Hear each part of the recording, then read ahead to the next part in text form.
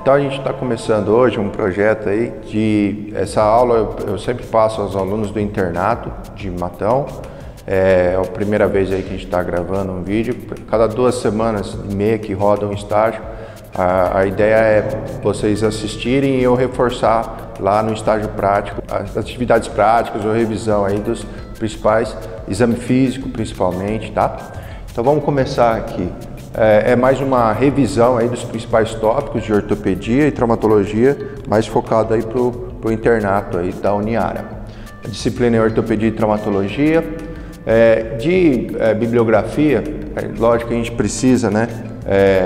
Uma compreensão da anatomia, né? Você tem o Atlas de Anatomia Ortopédica do Netter.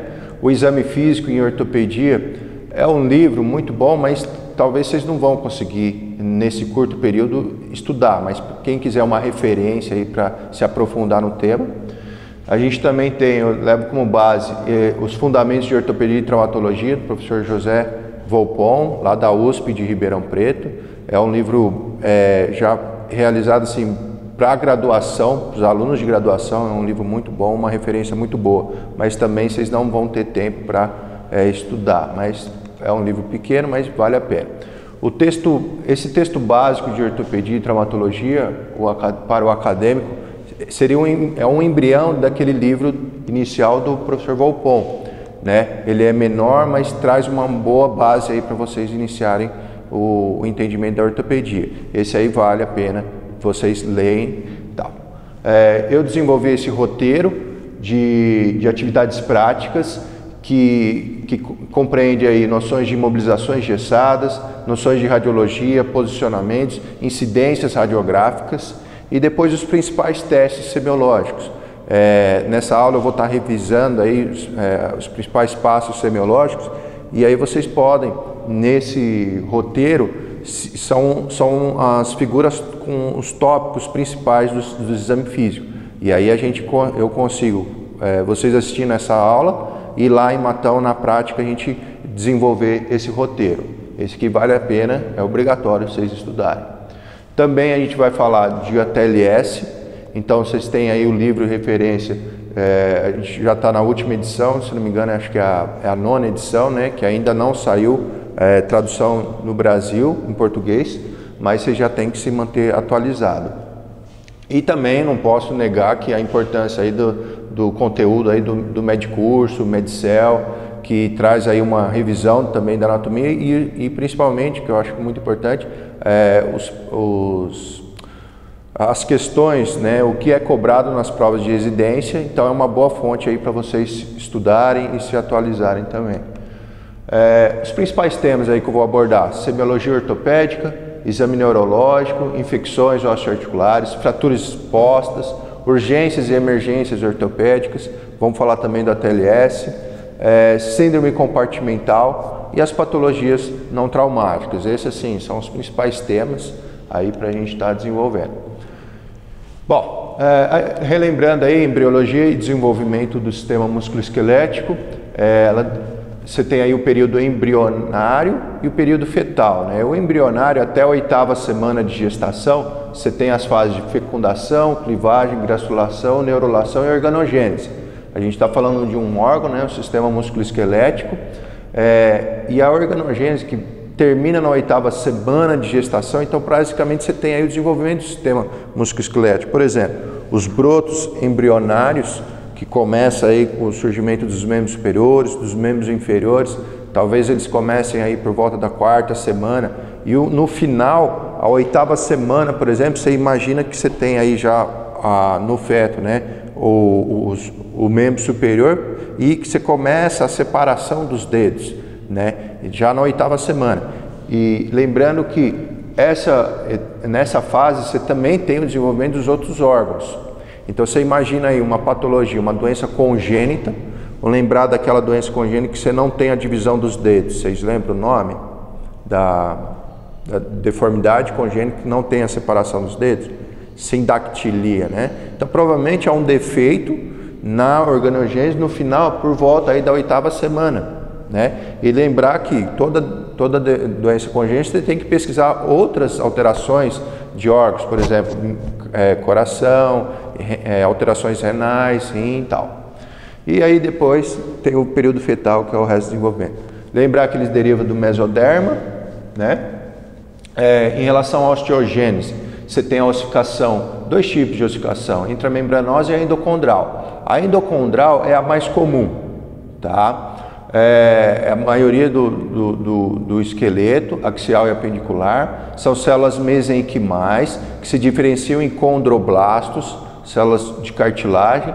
Aí você tem esse molde cartilaginoso e aí sim você tem a invasão de células osteoblásticas para ter a calcificação, certo? Você também tem a ossificação intramembranosa, que é um processo mais rápido, em que você tem a transformação do tecido conjuntivo primitivo em osso, mas somente observado em clavícula e ossos chatos do crânio. Então a grande maioria é a ossificação endocondral. Então você imagina aqui um desenvolvimento de um osso longo, por exemplo. Você tem um molde cartilaginoso, né? E aí depois você tem os focos de ossificação primário e secundário.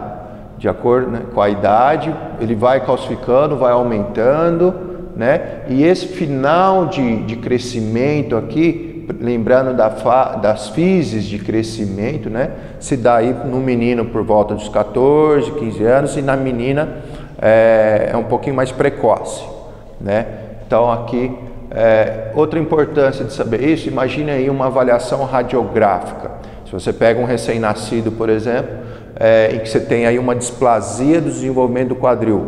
O quadril não está encaixado, né? O recém-nascido em que o fêmur ele não está encaixado no acetábulo, uma displasia do desenvolvimento do quadril. Pergunto, adianta solicitar uma radiografia? Não adianta, né? Isso aí a gente vai falar mais para frente, mas aí o exame principal teria que ser o ultrassom, e é o ultrassom, né? Tá. Isso aí também é importância num trauma em criança, por exemplo, você tira numa radiografia, por exemplo, né, saber distinguir o que é uma fise de crescimento, o que é uma fratura. Por exemplo, aqui você não tem é um resquício da fise de crescimento, aqui é uma fise de crescimento. Essa fise de crescimento você tem as diferentes camadas por histologia, né? Zona de repouso, proliferativa, hipertrófica e de ossificação. Talvez mais assim, para um especialista, prova de título de ortopedia, é comum perguntarem em que zona em que ocorre essa fratura na fise de crescimento. Geralmente é hipertrófica, mas isso é muito específico para vocês. Então, daqui a gente começa algumas terminologias, né? Por exemplo, fratura fisária é aquela fratura que ocorre na fise de crescimento, certo?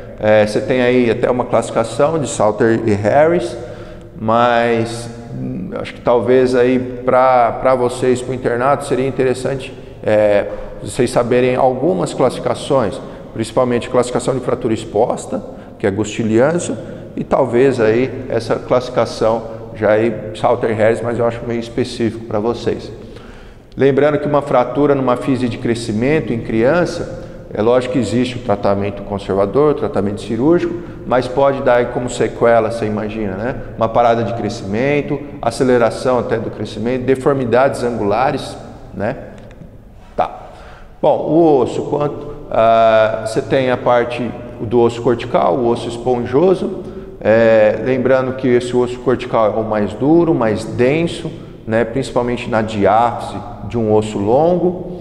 E você tem o osso esponjoso, que é um osso trabecular, ele é mais poroso, com melhor potencial osteogênico e menor resistência, né? Geralmente ele está na região metafisária dos ossos. Lembrar que existe a região diafisária, a metafisária e a epifisária, né? É importante vocês saberem disso. Imagine amanhã vocês descrevendo uma fratura que chega no pronto-socorro, né? É uma fratura de fêmur na região diafisária, é na região metafisária. Então, tem que saber esses conceitos aí. E aqui envolve também aqui uma figura exemplificando o que seria a osteoporose, né? Que é uma diminuição aí da resistência óssea, né? Olha o trabeculado como ele fica bem mais fino e tal. Terminologias: artrite, artrose, artrite séptica ou pioartrite. Então, a artrite é um processo inflamatório que acomete uma articulação. Artrose, osteoartrose, já é um processo inflamatório degenerativo que acomete uma articulação. Você já pensa numa coisa mais crônica, né? Uma artrite, você já pensa em relação ao espaço de tempo, uma coisa mais aguda, né? E lembrar da artrite séptica ou pioartrite, é uma urgência ortopédica, né? Talvez o que eu gosto de passar para vocês nesse estágio é vocês diferenciarem na vida do pronto-socorro o que é uma urgência ortopédica e o que não é, tá? E isso aqui é uma urgência ortopédica. Você não pode menosprezar essa patologia no paciente, senão vai trazer muita sequela. Não vai mandar um paciente desse embora. Suspeitou, investiga, liga, pede avaliação do ortopedista. A artrite séptica é uma infecção bacteriana de uma articulação e o diagnóstico é realizado clinicamente e por uma punção articular com análise do líquido sinovial. Por exemplo, essa foto aqui, com uma inspeção de um joelho, você vê aí um importante derrame articular, está edemaciado, está com hiperemia, vermelho, ao toque provavelmente vai estar com hipertermia. Você tem que suspeitar de uma infecção bacteriana na articulação. É uma urgência, porque se você não tratar, em menos de 24, 48 horas há uma destruição da cartilagem articular. Essa articulação vai estar comprometida, né? O que a gente não quer é uma sequela, uma artrose nessa articulação. E diante da suspeita, é lógico, encaminhar para o ortopedista, provavelmente ele vai fazer uma punção do líquido sinovial. Se sair pus, ele vai tratar, o tratamento é no centro cirúrgico. Se não sair pus, ele tem que enviar esse líquido para o laboratório para fazer análise desse líquido. Depois a gente vai comentar os critérios de positividade para dar seguimento ao tratamento. Artrose ou osteoartrite ou osteoartrose são sinônimos. É um processo degenerativo que acomete as articulações. Vocês vão acompanhar bastante com o Dr. Edson as cirurgias de prótese, de quadril, de joelho, e a principal causa hoje é degenerativa.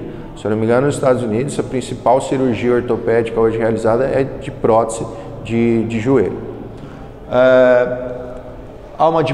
Pelo raio-x, você já consegue ter aí fechar o diagnóstico de uma osteoartrose. São basicamente 4 sinais radiográficos, né? Diminuição do espaço articular, esclerose subcondral, esse osso subcondral fica mais esbranquiçado, esclerose, devido ao contato osso com osso, cistos subcondrais, que são cistos, né? E osteófitos marginais, os famosos bicos de papagaio. Esses são os 4 sinais radiográficos de osteoartrose. Lembrar da consolidação óssea, existem aí, um processo fisiológico que basicamente inclui 4 estágios, né? Num trauma inicial, numa fratura, você tem um hematoma fraturário, né? Uma fase inflamatória, em que há a sinalização de células líticas, células osteoblásticas, células de cartilagem, tudo para formar, você tem a ossificação endocondral. Depois você tem a formação de um calo mole. Essa primeira fase na inflamatória geralmente 1, 2 semanas, depois você tem aí uma formação de calo mole, geralmente 2 a 3 semanas, depois a formação de um calo duro, que você tem a calcificação mesmo, e por último a remodelação. Cada osso tem seu tempo de consolidação. Vocês vão acompanhar no ambulatório que, por exemplo, uma fratura de metacarpo na mão, geralmente aí 4 semanas, no máximo 6 semanas de consolidação. Uma fratura, por exemplo, de fêmur, é um tempo bem mais prolongado, uns 6 meses, por exemplo, tal. E você vê que ocorre a remodelação do osso, né? É um processo contínuo, tal. As fraturas, né? O conceito, perda ou solução de continuidade no tecido ósseo, né? Fraturas de metatarsos, fraturas de húmero, fraturas de maléolo medial no caso, fraturas de clavícula, de planalto tibial, de fêmur e tal. Fratura exposta, os conceitos, né? Fratura que apresenta uma exposição óssea ou comunicação do hematoma fraturário com o meio ambiente, certo? Por que é uma urgência ortopédica? O que se busca numa fratura é a consolidação óssea e restaurar a anatomia, restaurar a função e não ter dor, não ter uma dor funcional para o paciente. às vezes, uma fratura, ela pode não ter a consolidação. E uma fratura exposta, já imagina uma infecção num processo fisiológico de consolidação. Então, aí pode ser... então, você tem que ser mais agressivo no seu tratamento para não deixar sequela. Então, depois nós vamos falar só de fratura exposta, né? Lembrar da classificação, os ciliantes e os princípios de tratamento. Quais são suas condutas no pronto-socorro que vocês vão ter que tomar o cuidado. A gente vai comentar isso aí. Fratura cominutiva, quando você tem mais que 3 fragmentos ósseos, por exemplo, no fêmur proximal aqui, você tem aí destacamento de um fragmento, no úmero distal, fratura cominutiva. Fratura em galho verde, quando você tem aí uma fratura incompleta, ou seja, geralmente em crianças, graças à maior plasticidade do osso, você tem aí o rompimento de uma cortical e depois uma deformidade plástica na segunda cortical. Essa é a fratura em galho verde, tá? Muito importante, principalmente em crianças. Você tem a fratura mais simples que existe, geralmente também em crianças, que é a fratura subperiosteal ou em toros. Você tem um amassadinho no osso, né? Olha aqui, ó, o rádio, numa incidência em perfil, o rádio distal, esse abaulamento, né? A fratura tipo toros, geralmente uma imobilização, um atala aí por 3 semanas é o suficiente. Às vezes você até orienta os pais a tirarem a tala em casa, que isso aí não deixa sequela, nada. Uma fratura patológica, aquela fratura que ocorre num osso não saudável, com comprometimento da arquitetura e resistência óssea. Exemplos, né? Metástase óssea, doenças osteometabólicas. Outro dia nós pegamos aí no ambulatório um paciente com mieloma múltiplo, né? Por exemplo, a osteoporose também é uma doença que diminui a resistência óssea, é uma fratura patológica. Fratura por estresse, que é aquela que ocorre decorrente de estresse, né, repetitivos, né, e não necessariamente decorrente de um trauma. Beleza.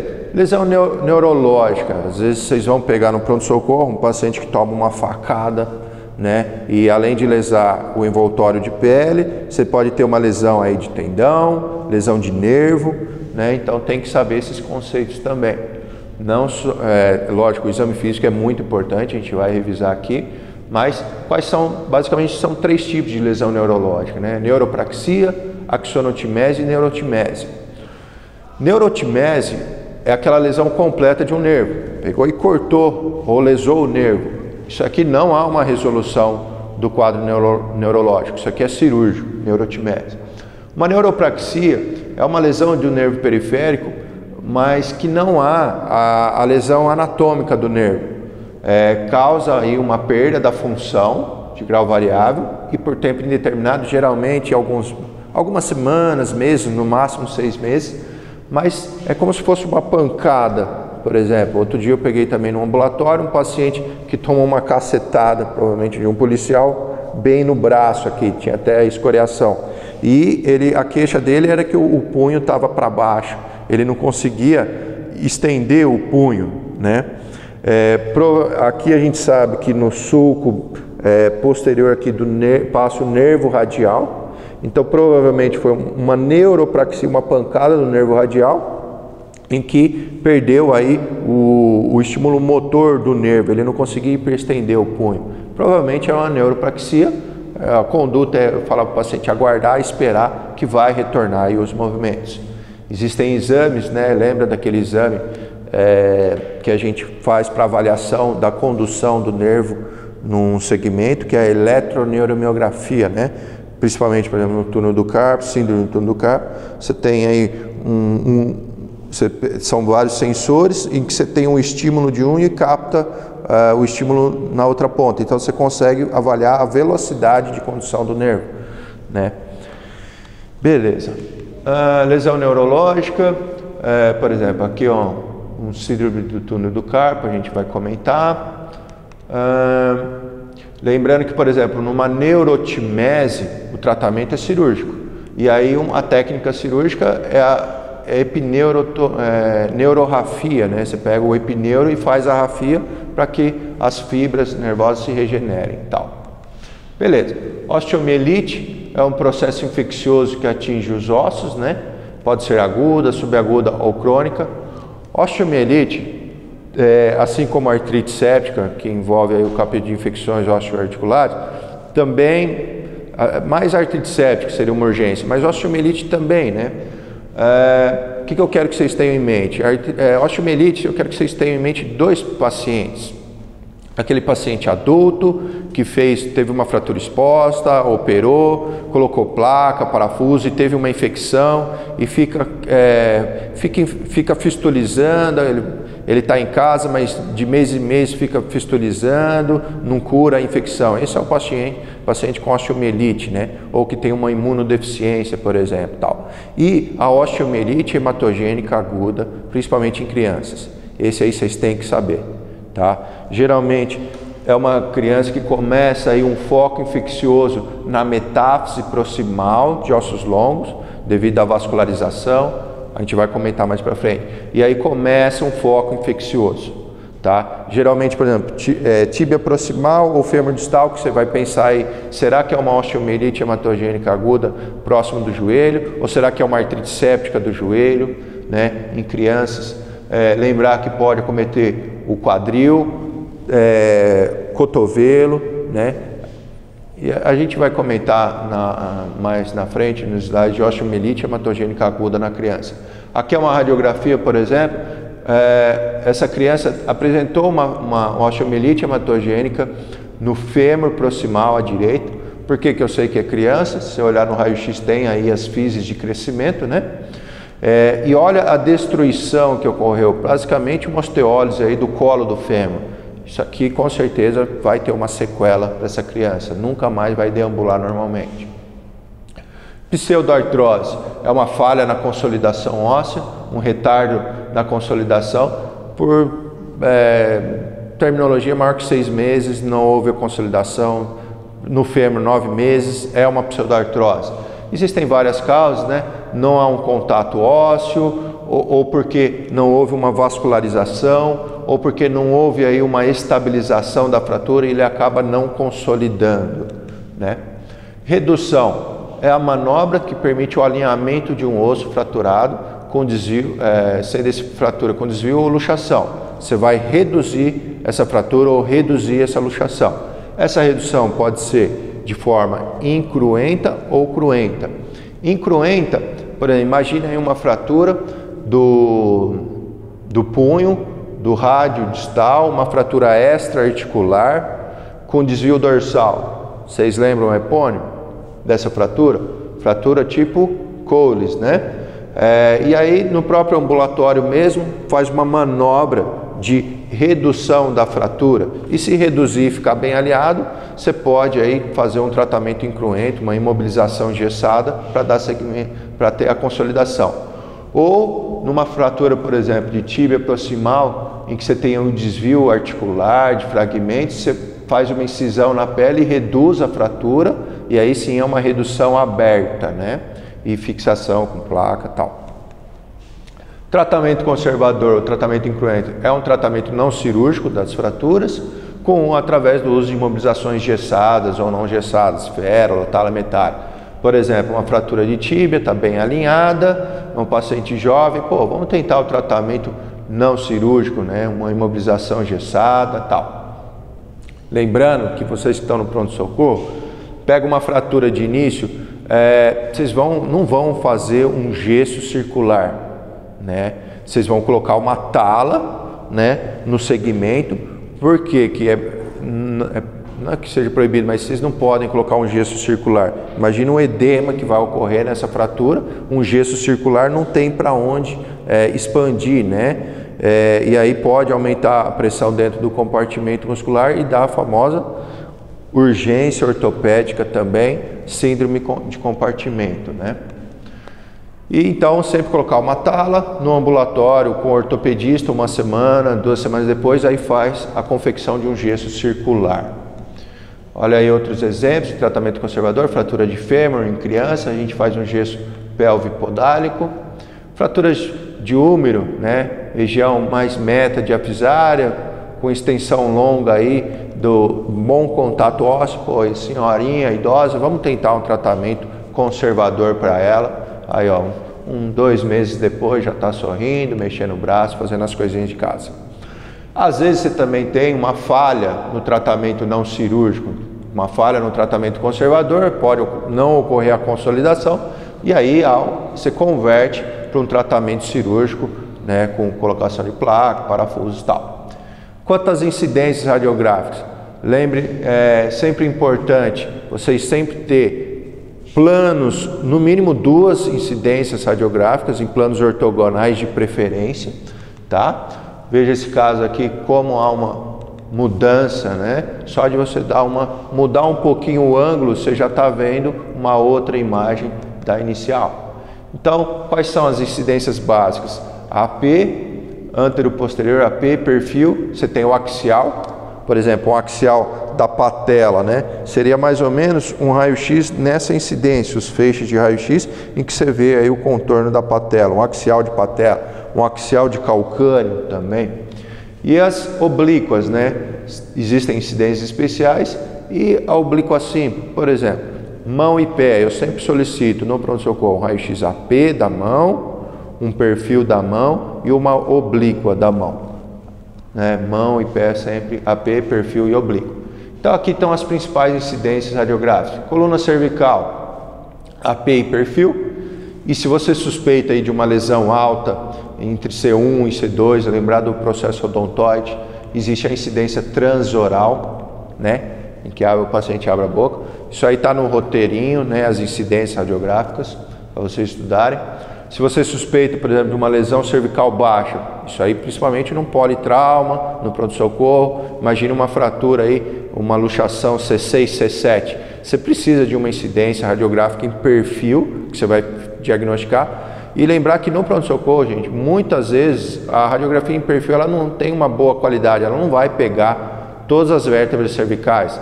Às vezes o paciente, você vai ver o raio-x da coluna cervical no politrauma, com dor cervical, o raio-x em perfil você vê até C5, no máximo C6, porque às vezes o ombro atrapalha. Então existe uma incidência especial também, chamada transoral, incidência do nadador, perdão, em que você consegue ver essa transição cérvico-torácica.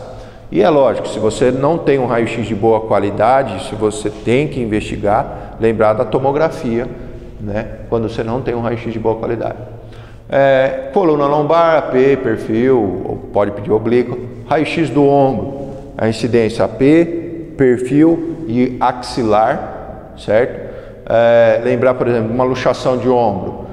No raio-x em AP, só no AP você não tem essa noção se o ombro está congruente ou não. Às vezes você tem uma luxação e no AP você está olhando que acho que não tem. Por isso a importância de no mínimo 2 incidências, ou um perfil ou axilar. Raio-x de clavícula, né? Como que são as incidências de clavícula? Você vai solicitar lá no pronto-socorro, raio-x AP mais zanca, né? É uma inclinação caldo-cranial aí de uns 20 graus. Não dá para você fazer um raio-x em perfil da clavícula, né?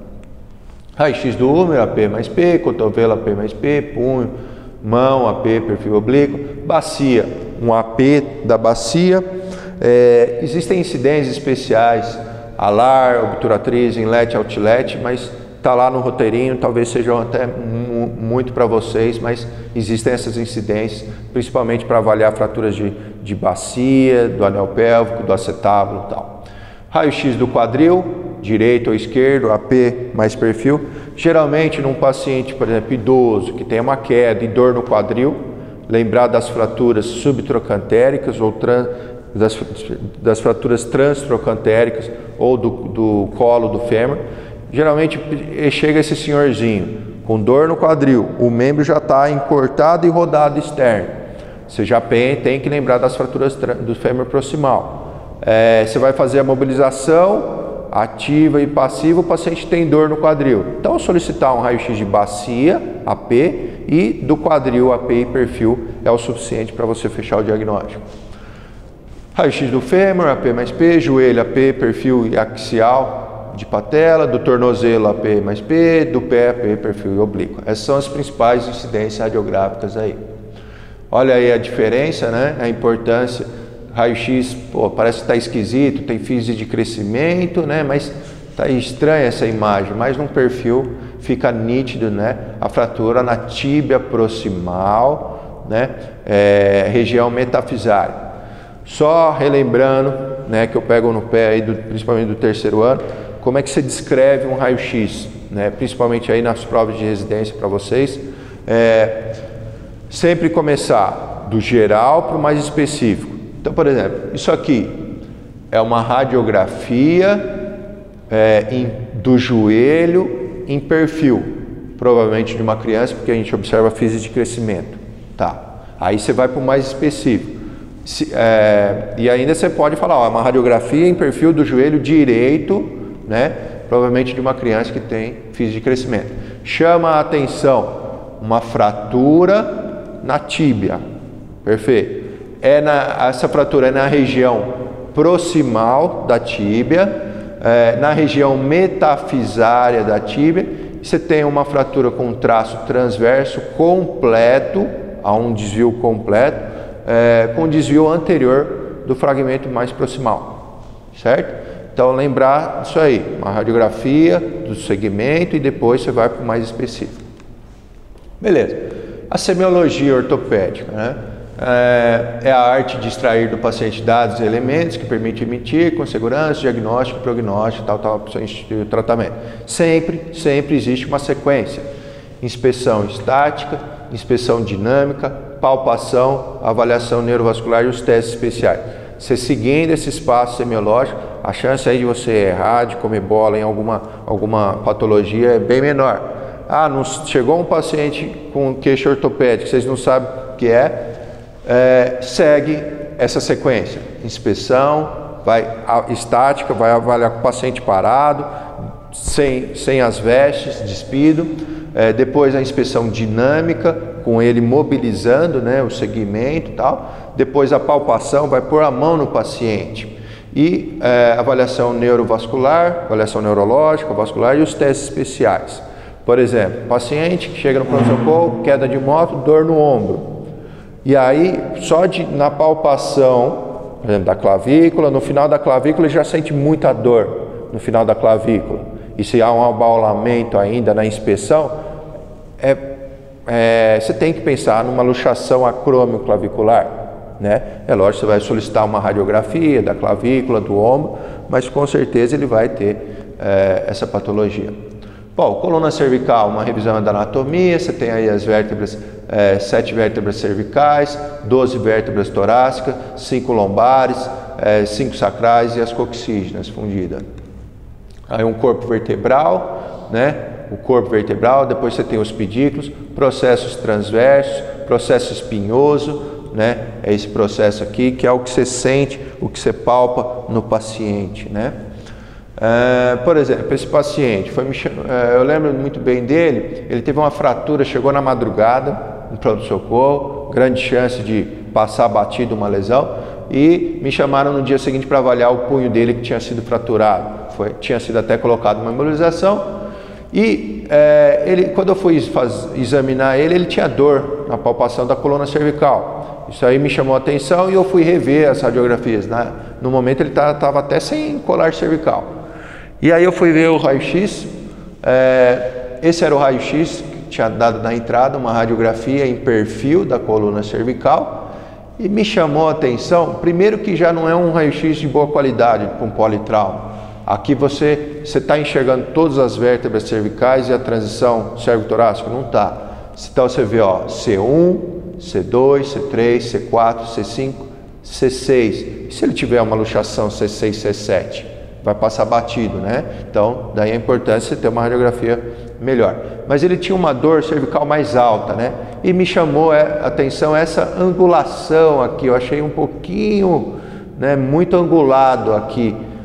Então, paciente com dor, a palpação e uma alteração radiográfica suspeita, você tem que fazer uma tomografia, né? E olha o que a tomografia demonstrou: um corte frontal, né, ou coronal da coluna cervical. Lembrar que os planos, você tem o plano frontal coronal, o plano sagital e o plano axial, certo? Os cortes, seja de tomografia, de ressonância. E olha aqui a base do odontoide, era uma fratura, né? E depois esse paciente precisou ser operado. Então, já começando aí a parte neurológica, revisando aí, você tem os segmentos ósseos, né, mas você também tem aí a parte das raízes, né, cervicais. Lembrar que vai as raízes de C1 até C8, né? Então, por exemplo, entre C1 e C2 sai essa raiz de C2. Como você tem a raiz de C8, por exemplo, entre T1 e T2 sai T1 e assim vai. Lembrar que, por exemplo, a medula espinhal ela para no adulto até por volta de L2, né? E depois você tem a continuidade aí das raízes do filum terminale, que também é conhecido como cauda equina. Então, se amanhã alguém falar que uma fratura entre luxação L4 e L5 afetou a medula espinhal, vocês já sabem que não é bem por aí, a medula para em nível de L2. Beleza, lembrar dos principais plexos, plexo braquial, plexo sacral, plexo braquial formado principalmente pelas raízes C6, C7, C8 e T1, C5, C6, C7, C8 e T1, né? Principalmente essas 5 raízes, C5, C6, C7, C8 e T1.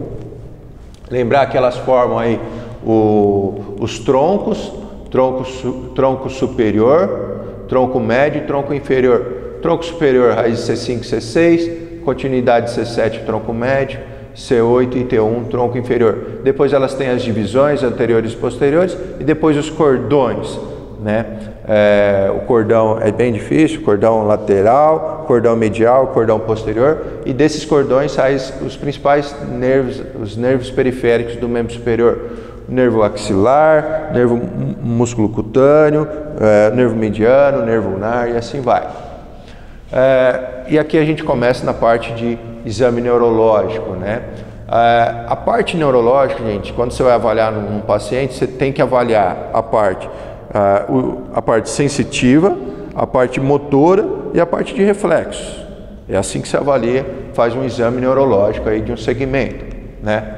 Então, lembrando aí, tanto do membro superior quanto do membro inferior, você consegue avaliar, fazer um exame neurológico pelas raízes, né? Raízes de C5, C6, C7 e C8. Eu vou falar com vocês, vou praticar na prática o exame neurológico, principalmente aí usando um martelinho. Rapidinho, só para vocês, como é que eu faço na prática aí uma avaliação neurológica. Então, a parte da sensibilidade do membro superior, parte sensitiva lateral do braço C5, lateral do antebraço C6, passa a mão no terceiro dedo e vou perguntando para o paciente de olho fechado se ele está sentindo eu passar a mão ou não, né? Então, C5, C6, C7, C8 e T1, parte medial aqui. Então, essa é a parte da sensibilidade.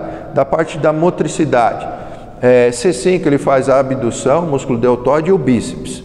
Então, quando o paciente consegue fazer a abdução e fletir o cotovelo, é C5. C6, a parte motora, é a extensão do punho, C6, né? E C7 é esticar o cotovelo, estender o cotovelo. C7, eu estou avaliando a extensão do cotovelo. E a parte de reflexos, no membro superior, raiz de C5, vou palpar o bíceps braquial, uma semiflexão, e aí vou bater aqui, e aí o reflexo seria a flexão do cotovelo. Ele tem um pouquinho perfeito, tá? Fisiológico. Isso aí. Existe a raiz de C6, é o estilo radial, mas geralmente ele é negativo, é aqui. Mas você sabendo C5 e raiz de C7, né? Palpa aí, relaxa o braço, e aí o reflexo triceptal, reflexo de C7. Então é assim que faz o exame físico. Aproveitando já senta aqui, por favor. O paciente, por exemplo, sentado, a gente vai avaliar a sensibilidade, por exemplo, começa aí na raiz da coxa, né? Sensibilidade de L1, de L2, de L3, depois face medial da perna L4, face lateral da perna e dorso do pé L5, face lateral do pé e face plantar é S1, né? Então, L1, L2, L3, L4, L5 e S1. Isso é a sensibilidade. a motricidade, basicamente, flete o quadril, isso, seria L2, estica o joelho, estende, L3, você está forçando, L4 seria a dorsiflexão do tornozelo, L4, L5 seria a extensão só do hálux, L5, e S1 a flexão plantar, isso. Você também pode pedir para o paciente andar na ponta dos pés, se ele anda na ponta dos pés é S1, né, que está fazendo a motricidade. E os reflexos do membro inferior, basicamente 2, que é o reflexo do tendão patelar, L4, né, você isola aqui o tendão patelar entre a patela e a tuberosidade anterior da tíbia, então faz um estímulo, reflexo patelar. L4 e S1, você faz a dorsiflexão, isola aqui o tendão de Aquiles e aí faz o reflexo de S1. Obrigado. Então, aqui tem os slides para você revisar tudo isso. Raiz de C5, né, o bíceps, o reflexo biceptal, a parte da sensibilidade, né? Raiz de C5, de C6, de C7, né? E aí C8 e T1, tá? Mas fazendo esse exame físico que eu demonstrei para vocês já é o suficiente. Aqui é um slide que mostra, né, a parte motora, né, de C5 do cotovelo, C6 extensão do punho, C7 do cotovelo, L2 aí do quadril, L3 do joelho, L4 dorsiflexão do tornozelo, do hálux, L5 e S1 flexão plantar. Beleza? Tá. Existem também os testes especiais, eu vou falar aí os principais, né? Quando se fala, a gente está em semiologia do membro da coluna cervical, o teste da distração, Sperling, né? Principalmente aí se você suspeita aí de um paciente com cervicobraquialgia, né? Por exemplo, se ele tem aí um comprometimento de alguma raiz cervical que está irradiando para o membro superior, se você suspeita, eu estou na dúvida se é patologia no ombro ou é na coluna cervical, faz o teste da distração, você distrai, né, a coluna cervical e aí se há uma melhora dos sintomas, o teste é positivo, é bem provável que ele esteja com alguma compressão aí das raízes cervicais. E o teste de Sperling, quando você faz a flexão, né, e piora os sintomas do paciente. Tem o teste de RMT, mais para meningites. Lembrar do teste da inclinação anterior, né, para avaliação da escoliose, né? Você faz a flexão anterior do tronco com uma vista posterior do paciente. Se houver uma gibosidade é um teste semiológico para diagnóstico de escoliose. Aí, ó, o teste da inclinação anterior ou o teste de Adams, né? Beleza. Lembrar dos dermátomos, só quero relembrar para vocês que aqui a referência mamilar é ET4, ou seja, no politrauma amanhã você vai ter que fazer a drenagem de um pneumotórax, mais ou menos no quarto, quinto espaço intercostal, e aí você tem como referência aí linha mamilar. Palpação posterior da escápula, tal. Lembrar aí de, às vezes a gente está na semiologia da coluna torácica, né? Herpes zoster, né? Geralmente começa com uma dor em faixa muito importante, uma semana depois, 5 dias, começa aí umas lesões vesiculares. Herpes zoster. Semiologia da coluna lombar, então mantendo aí a sequência, anamnese, inspeção estática, dinâmica, palpação, neurológicos, testes especiais. Falar um pouquinho de lombalgia, é a principal patologia ortopédica, principal queixa do sistema musculoesquelético, é um sintoma e não doença. E assim, é difícil no pronto-socorro, no consultório, é difícil a gente chegar a um diagnóstico. A sua dor lombar é secundária a uma dor muscular, é secundária a uma desidratação do disco intervertebral, secundária a uma hérnia de disco, a uma artrose facetária, a uma lesão ligamentar, porque são estruturas muito próximas uma das outras, né? E diria que talvez aí 95% das lombalgias você não consegue fechar o diagnóstico, né? Lembrar aí um dado que assim, ressonância magnética, uma faixa etária aí dos 20 aos 35, 40 anos, 20 a 30% da população, né, nessa faixa etária que são pacientes assintomáticos, apresenta aí evidências de hérnia de disco. Então, tá aí a importância de você não solicitar a ressonância para todos que têm dor lombar. Às vezes, o paciente tem uma hérnia de disco, mas não dá sintomas. Lembrar de diferentes origens da lombalgia, por exemplo, alterações sistêmicas, do abdômen, do quadril, articulações e da coluna propriamente dita, que pode causar uma dor lombar, né? Lembrar do teste de Giordano, né? Às vezes uma litíase renal que está causando uma lombalgia. Para pronto-socorro, gente, o mais importante que eu quero que vocês decorem, gravem, são esses sinais de gravidade, né? Os chamados red flags. Quando é que chega um paciente no pronto-socorro com lombalgia em que você não vai dispensar o paciente? Esses são os sinais de gravidade, red flag. Se o paciente vem apresentando episódios febris, né, adinamia, sinais sistêmicos de febre, com dor lombar, você tem que investigar uma infecção na coluna vertebral, né, uma discite, por exemplo. Perda ou redução de peso ou emagrecimento, lembrar aí, ou histórico de câncer, tumores, né, às vezes uma metástase óssea que está cometendo a coluna, né, e aí vai dar lombalgia. Naquele paciente que apresenta um déficit neurológico progressivo, paciente que fala, além da dor lombar, eu estou perdendo força nas pernas, já tem piorado, e aí você vai, faz o exame físico neurológico, que a gente acabou de fazer, e você diagnostica um déficit neurológico. Esse paciente você tem que investigar, você não vai mandar embora. Ou um paciente que tem uma disfunção intestinal ou vesical, paciente com dor lombar, um déficit neurológico e alteração do trato intestinal ou vesical. Lembrar de síndrome da cauda equina, né?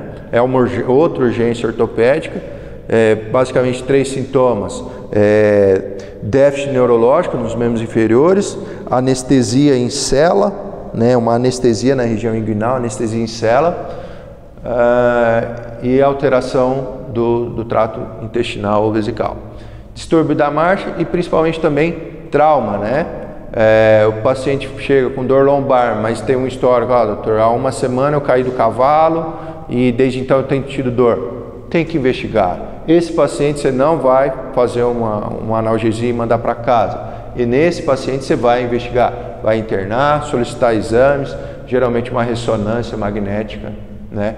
Ou no mínimo um raio-x, e se houver necessidade uma ressonância magnética, tá? Então sinais de gravidade, os red flags, vocês têm que saber, isso é importantíssimo. Beleza, o tratamento de lombalgia, grande maioria analgesia, terapias farmacológicas, que é a analgesia, anti-inflamatória, relaxante muscular, e as terapias não farmacológicas, exercícios, fisioterapia, assim vai.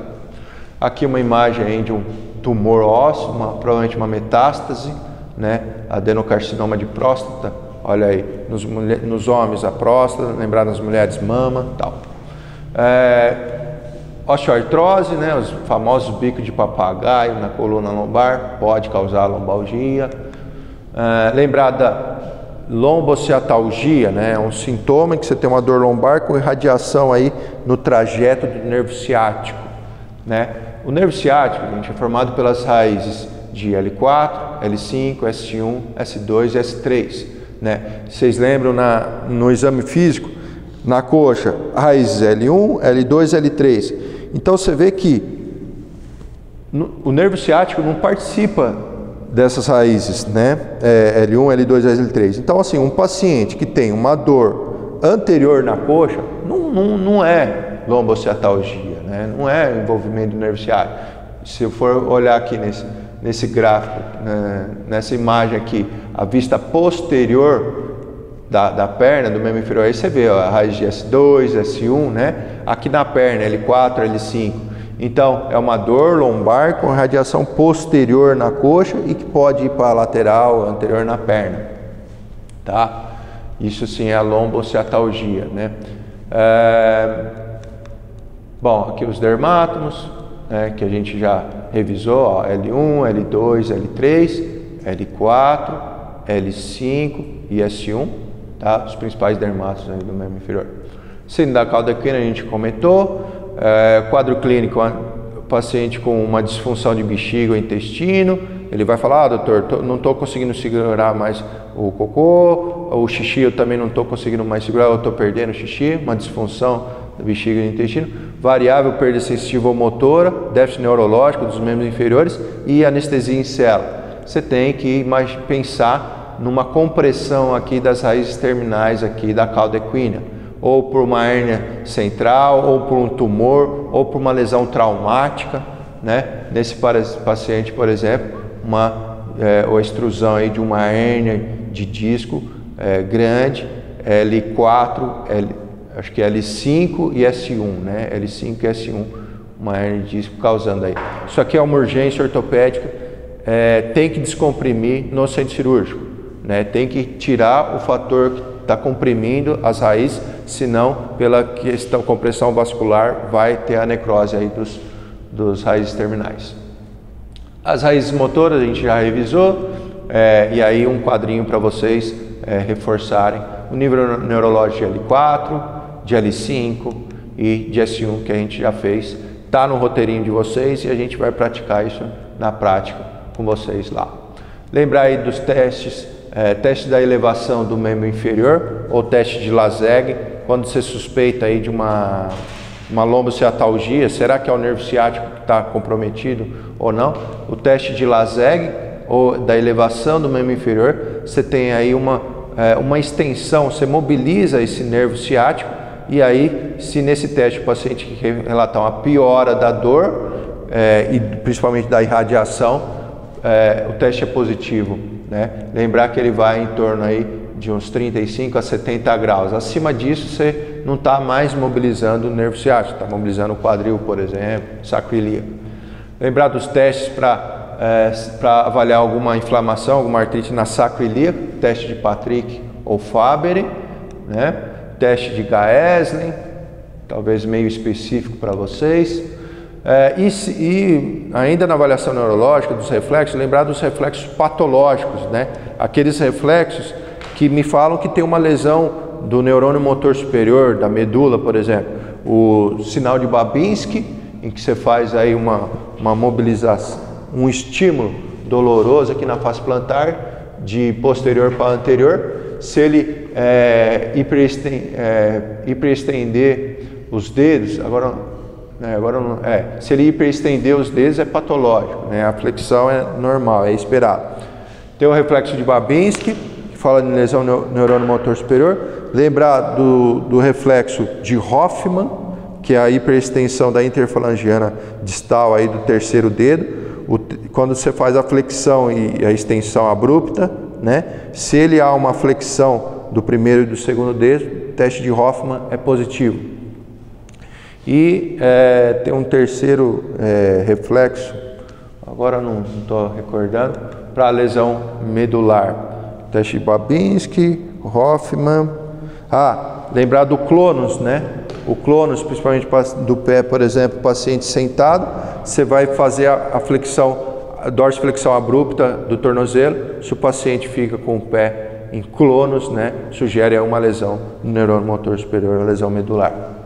Em relação à semiologia ortopédica, agora a gente vai falar um pouquinho do ombro, depois a gente continua cotovelo, mão, quadril, joelho, tornozelo e pé e finaliza a parte de semiologia. Relembrando, né, anamnese, inspeção estática, dinâmica, palpação, neurológica, os testes especiais. Lembrar um pouquinho da anatomia, né? Aqui no húmero proximal, a inserção no tubérculo menor do húmero, depois você tem a goteira biceptal e o tubérculo maior do húmero. Lembra os tendões do manguito rotador? Então, mais anterior, a origem aqui na escápula anterior, você tem um músculo subescapular que se insere na tuberosidade menor, ele que promove a rotação interna, né? O subescapular.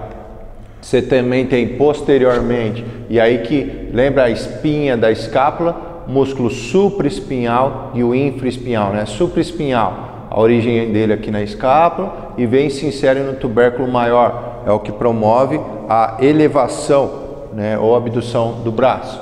E o infraespinhal, mais posterior na escápula, abaixo da escápula, aqui no tubérculo mais posterolateral do tubérculo maior. Sempre o infraespinhal com o redondo menor, eles atuam juntos, eles fazem a rotação externa, né? Então esses são os 4 tendões do manguito rotador: subescapular, o supraespinhal, o infraespinhal e o redondo menor. E você consegue, através de testes especiais, avaliar cada tendão desse. Então aí uma vista posterior do infraespinhal, supraespinhal. Aqui uma vista superior, olha, o supraespinhal. Lembrar que o supraespinhal, vocês vão ver, é a lesão, é o tendão mais comumente acometido, com rompimento, né, na lesão do manguito rotador, supraespinhal. E aí o subescapular, o infraespinhal. Você vê que o cabo longo do bíceps ele não participa do manguito rotador, nenhum deltoide. Então aqui uma imagem lá, ó, relembrando, é uma imagem de ressonância magnética, um corte frontal ou coronal do ombro direito. Chama a atenção uma ruptura, uma desinserção do supraespinhal na tuberosidade maior do húmero. Olha aí um corte sagital, de ressonância magnética do ombro, em que chama a atenção aí, ó, uma descontinuidade aqui do tendão, né? Provavelmente o supraespinhal aqui. Legal. Bom, o paciente vai ter dor no ombro, você faz os testes, principalmente, por exemplo, teste de Jobe para avaliar o supraespinhal, dá positivo, você tem que lembrar de uma lesão do manguito rotador, principalmente do supra. Exames complementares, raio-x para ver a parte óssea, um ultrassom que avalia a parte dos tendões, e se você quiser uma coisa mais específica, né, uma ressonância magnética, mas tem que lembrar que o custo é maior. E aí o tratamento, você pode instituir tratamento conservador, fisioterapia, analgesia, e se há uma falha no tratamento conservador, o reparo cirúrgico, né? Ou por via aberta ou por via artroscópica, vocês acompanham comigo nas cirurgias lá, principalmente segunda-feira, um reparo aí do tendão, por exemplo, aqui é o footprint, a tuberosidade maior, aqui é a lesão, né? E aí inserção de âncoras, né? E os fios para trazer o tendão para o footprint, para fechar essa lesão, para ocorrer a tenodese. Ainda na anamnese, pacientes jovens com lesões traumáticas, olha aí na inspeção, olha aí como há uma assimetria, né? Na curvatura do ombro, sinal da dragona, né? Dos exércitos, lembra, das Forças Armadas. Lembrar principalmente de luxação, né, glenumeral, luxação de ombro. Lembrar sempre de 2 incidências, no mínimo, radiográficas. Veja aí no slide, ó, uma radiografia em AP do ombro, a clavícula, o acrômio. Olha a glenoide, aqui a glenoide, a cabeça humeral deveria estar aqui, né? E aonde que ela está? Olha aqui, né, o contorno dela. Você fala, o raio-x está ruim, mas a realidade é essa. Muitas vezes o raio-x do pronto-socorro não ajuda muito. E olha aí uma radiografia em perfil, o Y, né? O corpo da escápula, aqui o processo coracoide e a espinha da escápula. Lembrar que nesse Y tem que estar centrado a cabeça humeral. E cadê a cabeça humeral? Se você prestar atenção, ela está aqui, né? Então está bem deslocado. Isso aqui é uma luxação do ombro. Mais de 95% das luxações são anteriores, a direção é luxação anterior. E aí no pronto-socorro, fechou o diagnóstico, luxação é uma urgência ortopédica, tem que reduzir, toda luxação você tem que reduzir para não ter um comprometimento da cartilagem. E aí a manobra clássica de redução de ombro, manobra da tração contra tração, geralmente com lençol, a gente vai praticar lá. E existe a técnica hipocrática, né, que com o pé na axila, ou uma técnica gravitacional de Stinson, né, mas o principal que eu realizo é a tração contra tração com lençol. Isso aí se resolve a luxação agudamente, mas existe aquele paciente que mantém um quadro de luxações recidivantes, né, por exemplo, 2, 3 episódios no ano, fica saindo do lugar. Então aí você já tem que pensar em lesões cápsulo-ligamentares, e aí envolve o tratamento cirúrgico, que é o reparo dessas lesões, principalmente lesão de bancar, lesão labral, mas acho que é muito específico para vocês. E hoje, lógico, existe a cirurgia por videoartroscopia, que é uma técnica mais recente e tal. Aqui lembrar de infecções osteoarticulares, que se você não diagnosticar, né, principalmente na criança, pode ocorrer um comprometimento ósseo, né, uma sequela. Veja a lesão lítica na cabeça humeral, basicamente houve uma destruição da cabeça humeral pela infecção. Lesões tumorais, abaulamentos, lembrar dos tumores malignos, osteosarcoma, condrosarcoma, que dá alterações radiográficas, né? Isso aí é um outro capítulo da ortopedia. Incidências radiográficas, que é importante. Incidências AP, perfil e axilar. Olha aí o AP como que é feito. Geralmente é no plano da escápula, né? Um AP do ombro, é essa imagem que você vai visualizar. Um perfil da escápula, olha o Y com a cabeça centrada, né? O perfil da escápula. E se o paciente conseguir fazer um axilar no pronto-socorro, muitas vezes ele não consegue pela dor, esse é o axilar, a incidência entrando pela axila do paciente, né? Beleza? Lembrar desse sinal, né? Sinal do Popeye, né? Uma lesão do cabo longo do bíceps, ou às vezes uma lesão distal também, você pode ter aí o sinal do Popeye, mas classicamente foi descrito uma lesão do cabo longo do bíceps, sinal do Popeye. Os testes especiais, teste de impacto de NIR, teste de impacto de Hawkins-Kennedy, teste de Okun, né, que basicamente você está avaliando aí um provável impacto húmero-acromial. Existem aí controvérsias, hoje já não se dá tanto valor na semiologia para esses testes, mas no livro e talvez para vocês, talvez seja cobrado. O teste de impacto de NIR, você faz a elevação abrupta, o teste de impacto de Hawkins-Kennedy e o teste de impacto de Okun, que é o único teste ativo, né, em que o paciente coloca a mão aqui, você pede para o paciente elevar o cotovelo. Se ele tiver dor, você está suspeitando de um impacto da tuberosidade humeral no arco coracoacromial.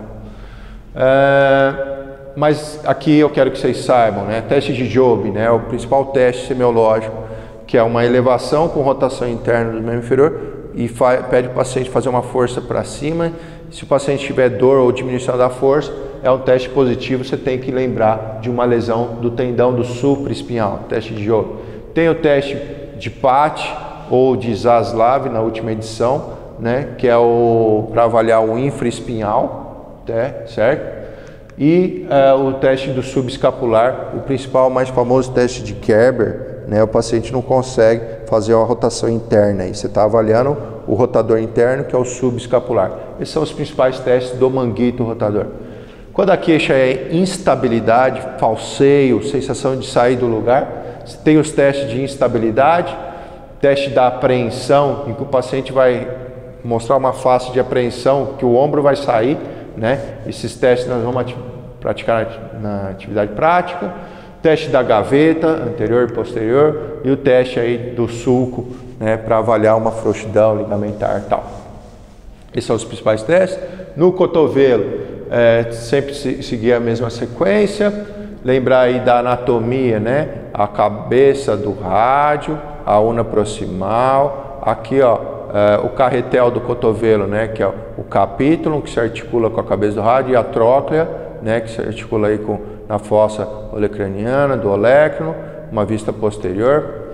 Tá. As patologias mais comuns, ou epicondilite, são as tendinites, a mais comum, epicondilite lateral, que é o cotovelo do tenista, né, principalmente no movimento de backhand, mas a principal causa é no trabalhador braçal, que fica lá na linha de montagem, tá, movimento repetitivo. Epicondilite lateral tem artrites, decorrente de doença reumática, neuropatia do nervo ulnar, que você consegue palpar entre o olecrano e o epicôndilo medial, né? Uma piora aí das sensações de choques na inervação do nervo ulnar, na mão, fraturas, luxações e rigidez. Então, lembrar dos testes semiológicos, principalmente para o epicondilite lateral, o teste de Cosen, né? Que o paciente vai ter uma dor aí, a extensão do punho.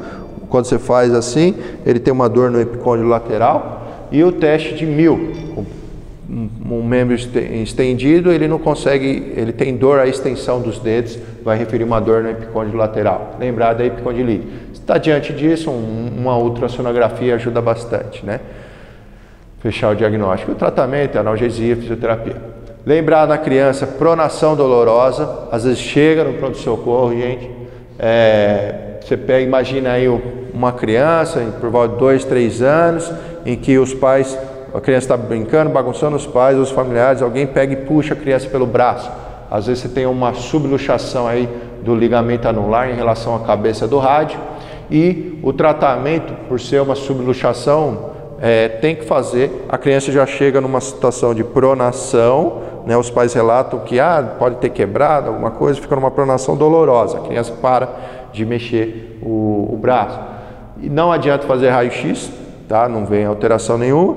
E a manobra, na suspeita de pronação dolorosa, você faz a manobra de redução, que você vai fazendo na criança a flexão e a supinação ao mesmo tempo. E aí você sente um clique, um estalido aqui na cabeça do rádio.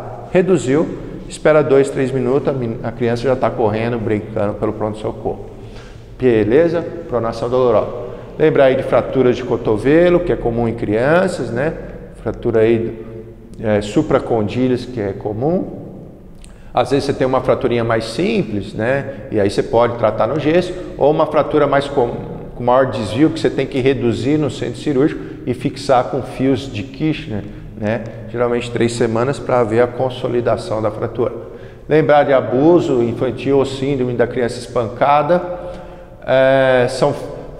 Você tem que suspeitar aí, principalmente, lesões metafisárias em canto, são essas calcificações aqui nas metáfises dos ossos longos, e principalmente, lembra do shaking baby, quando um adulto pega e segura a criança pelo tórax e chacoalha, né? Você pode ter fratura de arcos costais, fratura do externo, fratura de processo espinhoso lá atrás, né? Shaking baby, né? Você tem que, e lesões metafisárias em canto, você tem que suspeitar de abuso infantil, né? São lesões de alta especificidade, né?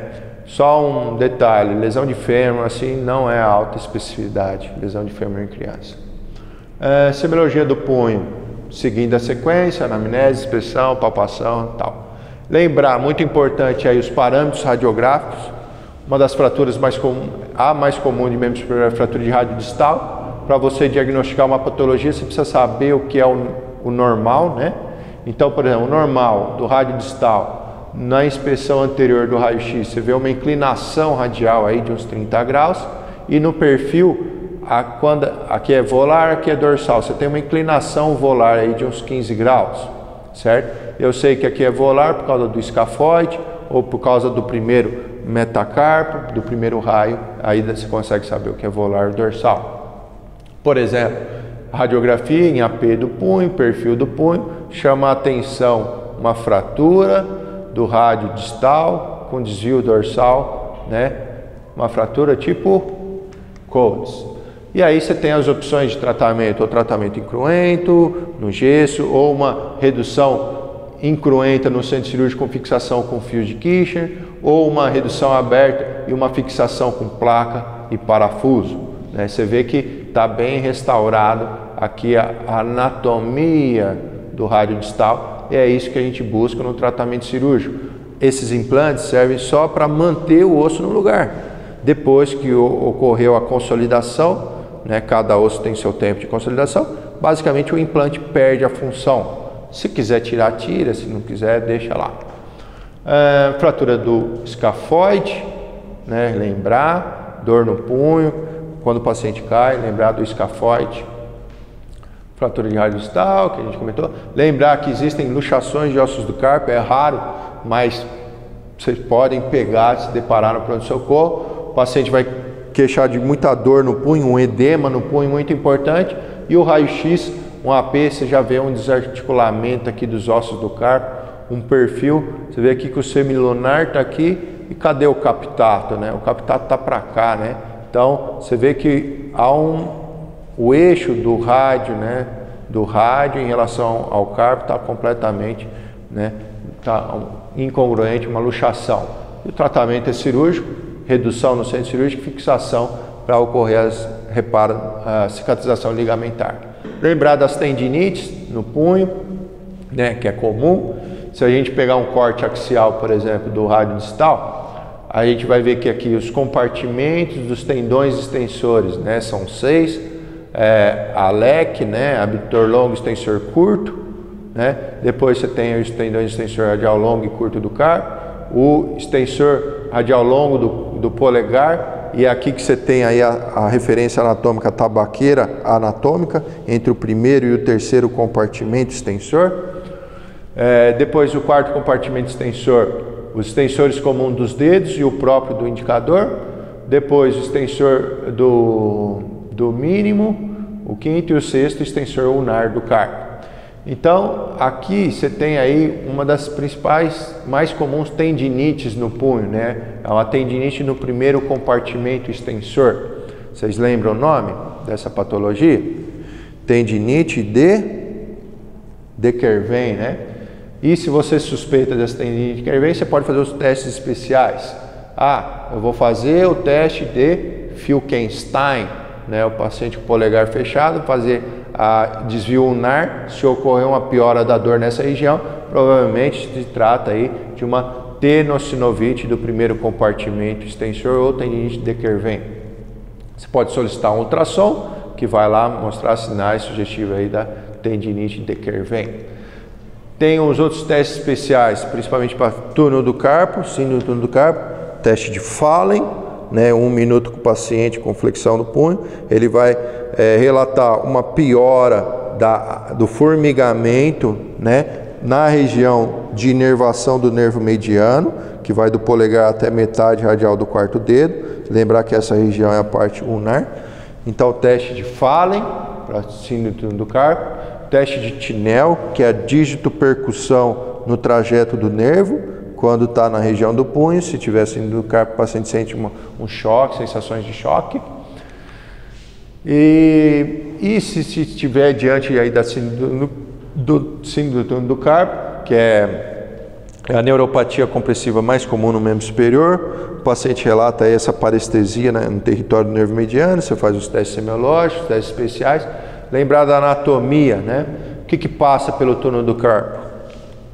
Você tem aí um túnel delimitado aí pelo retináculo dos flexores volarmente, os ossos do carpo dorsalmente, e você tem aí, eu diria 10 estruturas, né? 9 tendões e um nervo mediano, os 4 tendões flexores superficiais que fletem a interfalangiana proximal, os 4 tendões flexores profundos dos dedos que fletem a interfalangiana distal e o flexor longo do polegar, né? Então são 10 estruturas e a gente sabe que o melhor tratamento para síndrome do carpo é o tratamento cirúrgico. A gente faz uma liberação desse retináculo dos flexores para ocorrer a descompressão desse nervo. Aproveitando dos tendões flexores, como é que imagina um paciente que chega com um corte no dedo, por exemplo, no pronto-socorro? Você tem que fazer avaliação vascular, fazer avaliação neurológica, sensibilidade dos nervos digitais e tal, e fazer avaliação tendínea, né? Se for um corte dorsal, você vai avaliar a extensão do dedo. Se for um corte volar, você tem que avaliar, você pede para o paciente numa mesa fazer a flexão da interfalangiana proximal, você está avaliando o tendão flexor superficial.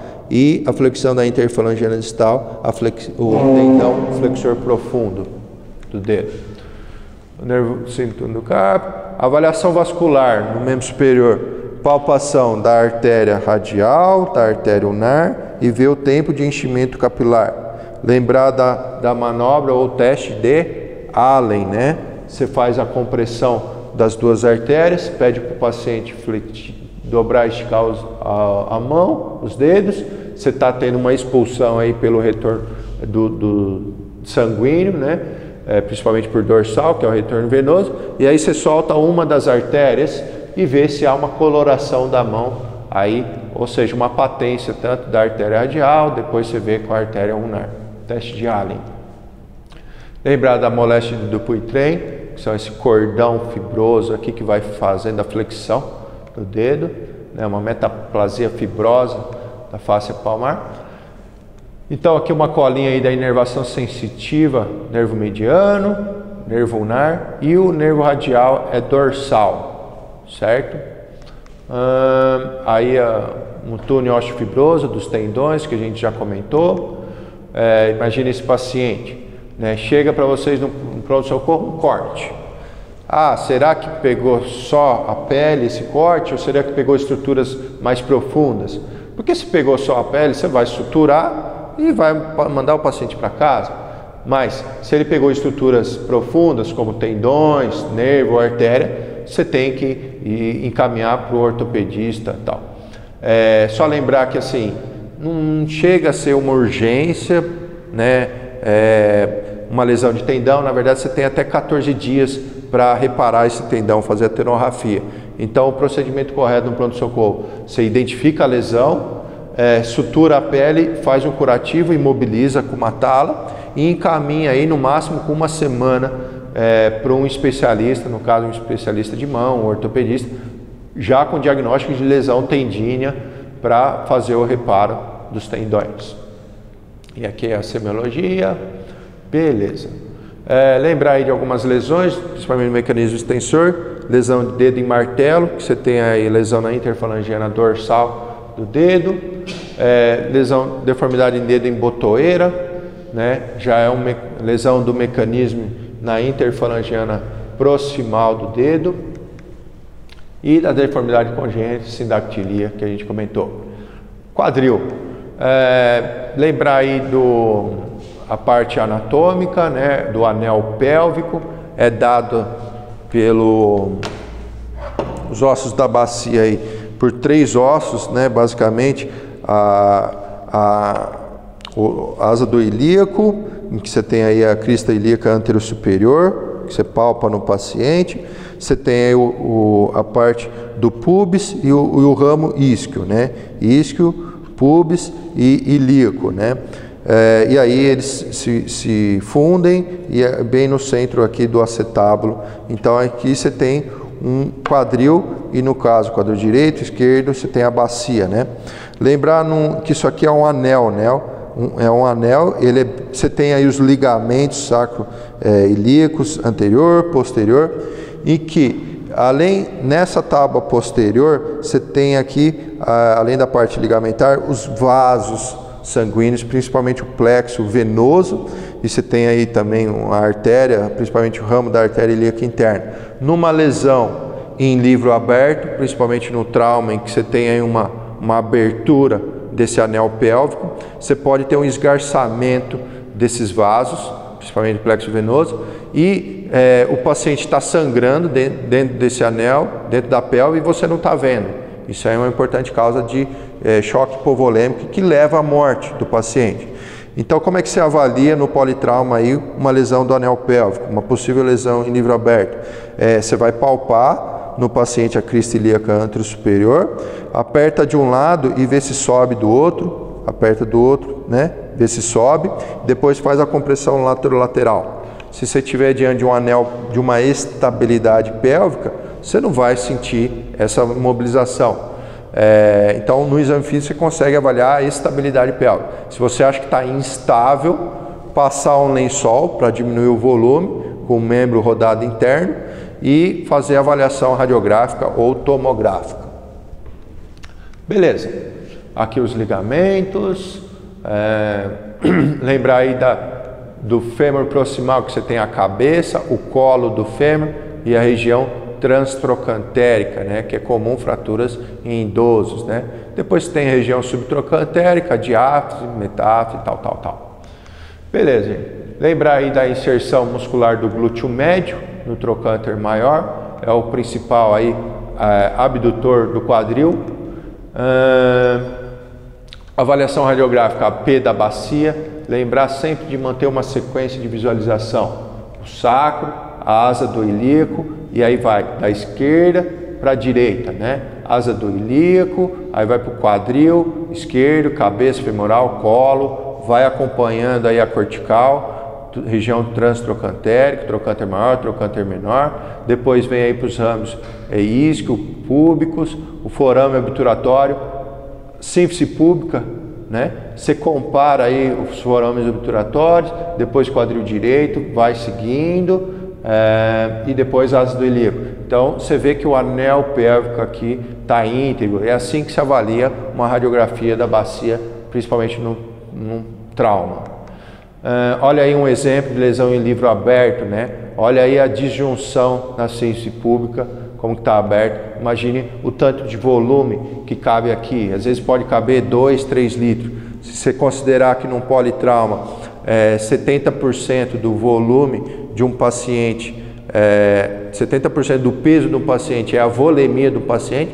Então você pega um paciente aí de 70 quilos, 70%, basicamente ele tem 5 litros de sangue no corpo. Então se couber aí, se ele perder uns 2 litros, imagine o choque hipovolêmico que ele pode estar causando. E numa manobra simples, você passar um lençol, você já evita a morte do paciente. Tá aí o segredo do ATLS, né? Lembrar que nesse raio-x também, ó, chama a atenção, se a gente seguir aquela sequência, o que tem aqui? O quadril esquerdo, né? Tá luxado também. Tem, além da lesão em livre aberto, você tem aí uma luxação do quadril, da coxa femoral esquerda, que você só diagnosticou, pelo menos eu agora, principalmente porque eu fui seguindo aquela sequência que havia falado, né? Então você vê como que é importante você ter essa visualização para não deixar batido lesões. Fraturas de fêmur proximal em idoso, né? Fratura transtrocantérica, comum em idoso, né? Você vê até o destacamento aqui do trocânter menor. A osteossíntese, o tratamento recomendado aí para fraturas transtrocantéricas é a fixação, tá? Fixação ou com DHS ou com haste cefalomedular, que é nesse caso, tá? Lembrar que essa região transtrocantérica, pelo osso esponjoso e pelo bom contato ósseo, mesmo sendo idoso, tem grande chance de consolidação. Por isso que a primeira opção é a fixação. Mas, diferente de uma fratura no colo do fêmur em idoso, aí existem as indicações, idade e tal. Geralmente a gente pode partir para uma artroplastia parcial, né? A artroplastia você tem a parcial ou a total, quando você também faz a parte acetabular, o componente. Beleza, olha um exemplo de idoso com queda, membro inferior direito rodado externo, encurtado. Olha a radiografia aqui. Aqui não dá para visualizar bem a fratura, mas se você imaginar o ângulo cérvico diafisário, né, tem uma varização, isso aqui tem uma fratura. O tratamento a gente leva o paciente para o centro cirúrgico. É lógico que esse paciente você não vai mandar para casa, você vai comunicar ao ortopedista, o especialista, internar. Os melhores resultados aí numa cirurgia mais precoce, 24, 48 horas ou 72 horas, para evitar, geralmente são pacientes idosos, com comorbidades, para não evitar descompensação. Geralmente numa mesa de tração, você traciona o membro e já consegue a redução. Você bate um raio-x no intensificador de imagem, você já consegue ter a redução da fratura. E aí é só fixar. Tem ou o implante DHS ou haste cefalomedular, são implantes já com guias, com pequenos cortes, você consegue a fixação da fratura. E alta no dia seguinte desse idoso. Fraturas de bacia, olha aqui o sacro, cadê aquela linha, né, da pelve, né? Você vê que aqui é uma fratura de acetábulo, né? Lembrar do quadril em criança, você tem aí, ó, o quadril, você vê que ainda não houve a fusão, né, do ilíaco, do ramo isquio, púbico, né? Olha a cabeça do fêmur, núcleo de ossificação secundária do fêmur proximal, né? A fise de crescimento, e você pode traçar algumas retas para te ajudar aí, saber, né, se há uma fratura ou não. Lembrar que em criança, fise de crescimento, às vezes você está na dúvida se tem fratura ou não, sempre pedir do membro contralateral e comparar, né, se há uma fratura ou não. No caso sem de ossificação, sempre você vê que está simétrico, né, na borda medial, no quadrante inferior e medial do quadril. Veja aí essa alteração, um raio-x da bacia, AP, provavelmente de uma criança, que eu visualizo o fise de crescimento, e chama a atenção, olha o quadril esquerdo, como ele está subluxado, né? Basicamente não há uma cabeça femoral, o acetábulo está raso, diferente do quadril direito, o acetábulo bem formado, o núcleo de ossificação secundária do fêmur está bem centrado. Então isso aqui é um quadril displásico, uma luxação de quadril, né? Provavelmente não houve o diagnóstico dessa alteração no quadril lá no berçário, né? Vocês sabem que as manobras semiológicas para diagnóstico de displasia de desenvolvimento do quadril é sinal de Ortolani, manobra de Ortolani e Barlow, né? E se você está na suspeita dessa alteração, aí você tem que fazer uma ultrassonografia, né? Outras lesões no quadril de criança, já aí numa criança de maior idade, por volta dos 4 aos 8 anos, um pico de incidência no 6º ano, 6 anos de idade, a criança começa com um quadro de claudicação, dor no quadril, e na avaliação radiográfica você visualiza aí um achatamento do núcleo de ossificação secundário do fêmur. Olha a diferença, né, do quadril esquerdo para o quadril direito. Isso aqui é a doença de Legg-Calvé-Pertz. 3 autores que ao mesmo tempo diagnosticaram essa alteração, então ficou conhecido aí como doença de Legg-Calvé-Pertz. É uma necrose avascular do núcleo de ossificação secundário da cabeça do fêmur, né? Por algum motivo que a gente não desconhece ainda, há uma diminuição, uma interrupção da vascularização desse núcleo de ossificação, e se a criança, aí há uma necrose óssea e depois há um remodelamento, volta a revascularizar. Só que nesse período aí de alguns meses, se o paciente manter a carga, pode ter uma deformidade desse molde cartilaginoso e aí tem uma calcificação irregular e evolui para uma artrose mais precoce, uns 40 anos, 60 anos. Os testes especiais, lembrar aí do teste de Trendelenburg para avaliar a insuficiência do glúteo médio, né? Lembrar que quando a gente faz de um membro, na verdade você está avaliando o glúteo médio do outro contralateral. Por exemplo, nessa foto aqui, com a flexão do membro inferior esquerdo, você está avaliando o glúteo médio à direita, teste de Trendelenburg. E as manobras na criança, o Dr. Edson costuma levar vocês no berçário, tá, para fazer as manobras de Ortolani e Barlow. Peçam para ele levar vocês. Manobra de Ortolani e manobra de Barlow, Ortolani, né? Polegar na raiz da coxa, segundo e terceiro dedo na face lateral da coxa. Vocês vão tentar reduzir o quadril, vocês vão fazer a pesquisa ativa de uma luxação do quadril, né? E a manobra de Barlow, que já seriam 2 etapas. Num primeiro momento você tenta luxar e no segundo momento você tenta reduzir. A segunda etapa de Barlow, na verdade, é a manobra de Ortolani, né? Isso aqui é a pesquisa, busca ativa, todo recém-nascido tem que fazer. Geralmente é o pediatra que faz a recepção do RN, que faz as manobras. Se ele acha que deu diferente, positivo essa manobra, aí ele encaminha para o ortopedista. Provavelmente a gente vai fazer um rastreamento dessa patologia, displasia de desenvolvimento do quadril, principalmente com ultrassom, né? Você pode suspeitar uns fatores de risco para displasia: histórico familiar, apresentação pélvica, sexo feminino, primeira gestação ou oligdramia. Geralmente está associado com torcicolo e metatarso adulto. Então você tem que fazer esses testes e na positividade ou suspeita de um teste semiológico positivo, você faz o ultrassom. E pelo ultrassom, um método de Graf, ele consegue avaliar se está luxado, se está subluxado, e aí você vai instituir o tratamento. O tratamento para displasia de desenvolvimento do quadril é suspensório de Pavlik. Você vê que assim, é um suspensório que tem 2 tiras, né, anterior e posterior. A anterior ela promove uma flexão do quadril e a posterior ela promove uma abdução. A ideia desse suspensório é manter a cabeça femoral centrada no quadril para ir remodelando, certo, congruente essa articulação. Doença de Legg-Calvé-Pertz, a gente já comentou. Olha aí uma alteração radiográfica, uma autoesclerose, né, do núcleo de ossificação secundário da cabeça do fêmur. Lembrar da dismetria, né, dos membros inferiores. Você tem aí ou com forma de medição ou com uma fita métrica, ou com uma compensação, ou com teste de Galeazzi, né? O paciente fletido, você vê aí a assimetria, teste de Galeazzi. Joelho, lembrar aí dos ligamentos cruzados, ligamento cruzado anterior, tem o posterior, os ligamentos colaterais, os meniscos, né? Então, joelho ou é lesão ligamentar, ou é lesão meniscal, ou as tendinites, por exemplo.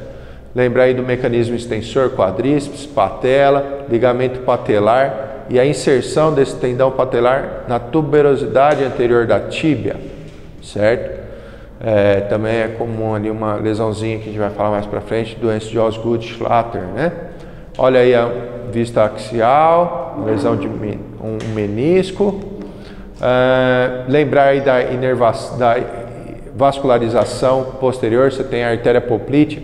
Você vê que assim, ela tem os ramos geniculares dela e ela não tem uma maleabilidade, ela não consegue se desviar muito. Imagina num trauma de joelho em que você tem, por exemplo, uma luxação.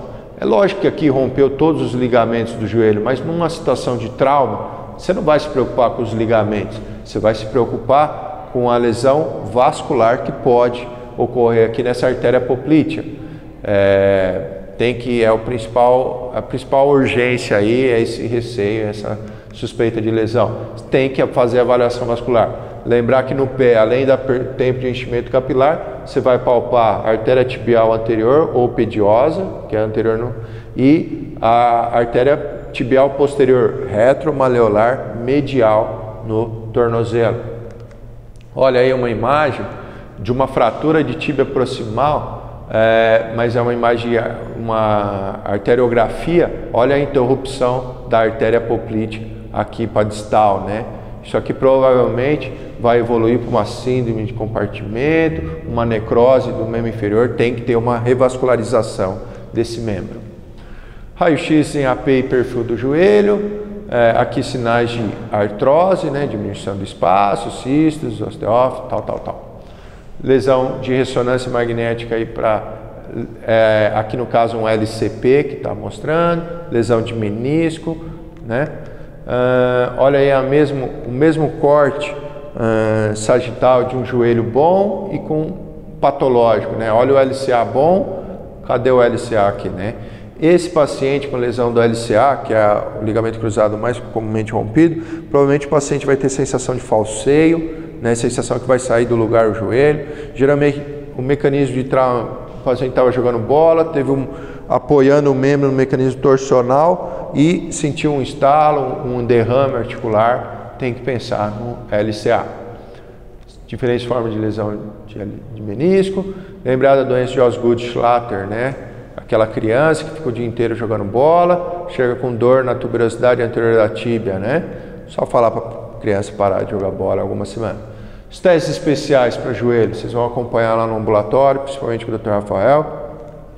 Os testes patelares, teste de Rabot, para avaliar aí, patologias na cartilagem, fêmur patelar, teste de Rabot, teste da apreensão, né, sensação que vai sair do lugar, você faz você tenta fazer uma luxação da patela.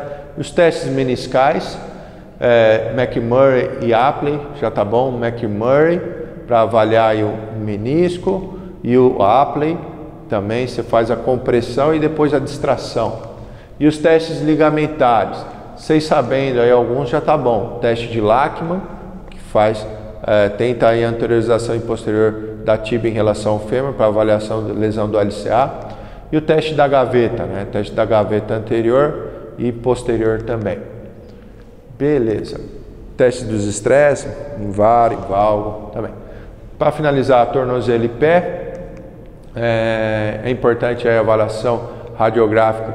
Isso aqui é um raio-x normal, né, do tornozelo. Olha o maléolo medial, a tíbia distal. Depois você tem o maléolo lateral, certo? A tíbio talar, né?